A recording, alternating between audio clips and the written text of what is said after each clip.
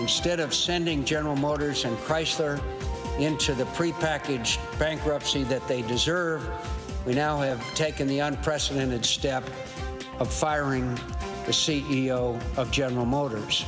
A remarkable move by the federal government, I think unprecedented in the history of this country.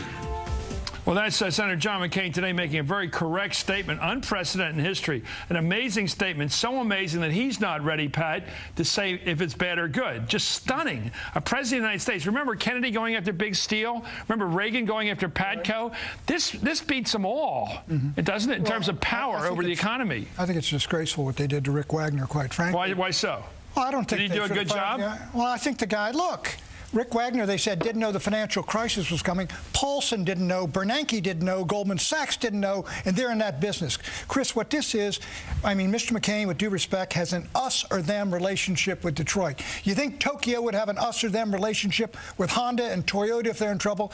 Those countries understand that manufacturing is really the engine of any country, and we're letting this thing go down. Do you think those companies have been good for America the way they've performed? Have they been the greatest countries? You're a nationalist on the economy. Have they been nationalistic, or have they simply been profit-driven? They have been driven by the fact of the United States tax and trade policies of this country, which frankly have thrown open our market to competition by economic nationalists from abroad, Korea and Japan, who have taken them down the same way the Japanese military took all those islands. But we've got all kinds of competition in this country, and our people can beat it.